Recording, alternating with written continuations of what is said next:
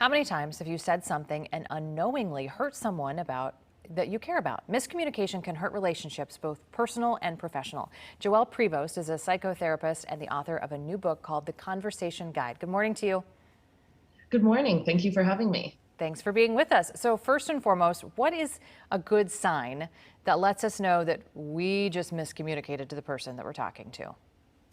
Usually it's that the person's reaction is not what you expected. So that's going to be a huge tip off that maybe things didn't land the way you intended. So can we fix that quickly by saying, no, that's not what I meant. That's not what I meant.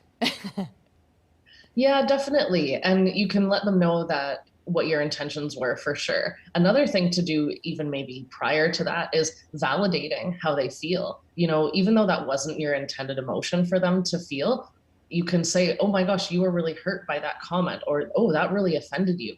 And then you can go on to describe, I'm sorry, that was not my intention. Um, Something that I know these words have come out of my mouth. Well, you took that the wrong way. That's kind of Yeah, putting blame on them though, right? definitely. And I talk about this concept in my book a lot is that everyone kind of has their different perspective, or I call it their different reality that they're living in. And so we all see things so differently. I use that old meme as an example in the book of, remember the meme of the dress many years ago, where some people see it Yes. as black and blue and some people see it as gold and white?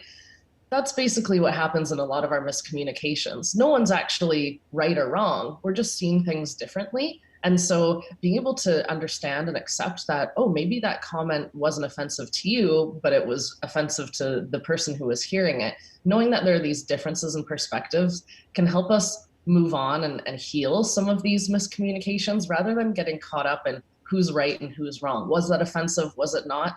Doesn't really matter. The point is they were offended, so they need to be attended to. So what about body language, right? The big one, right? Crossing your arms. Maybe Yeah. not looking them in the eye, but kind of like everywhere else, but not in the eye. What does that tell us about how we communicate with each other? So body language and those, we call them nonverbals, are huge parts of communication as well. So it's not just what we're saying, it's or what we say, it's how we're saying it, our tone, yeah, our body language, our facial expressions, so many different things. And so, people pick up on these differently as well. So having that self-awareness of how you might be coming across to other people, doing some checks of, oh, hey, am I facing this person when they're talking to me, or am I on my phone? What are the Right. differences in how they're going to interpret how much I'm paying attention to what they're saying just based on that body language. So speaking about being on your phone, right? How do we, there's no body language. I think we've all done it, right? You send a text and you automatically think, oh, they're going to take that the wrong way. Hmm. How do we Yeah, communicate properly and get our message across without maybe offending someone via text? that's a great question because that does happen a lot through our written communication. So, one thing is to, again, double check things, have that self awareness, sometimes maybe even get a third party to read something before you send it. But then also, to being on the receiving end of these written communications, hopefully giving people the benefit of the doubt. Use what you know about them. Are they someone who's actually going to be mean to you or try to offend you? Or might you have just misinterpreted the tone of their writing? Right. And so this is yet again another situation where if there is a miscommunication, validate how they feel. Oh my gosh, that was really offensive to you, or whoa, you read that as me being really snarky, and that was hurtful to you.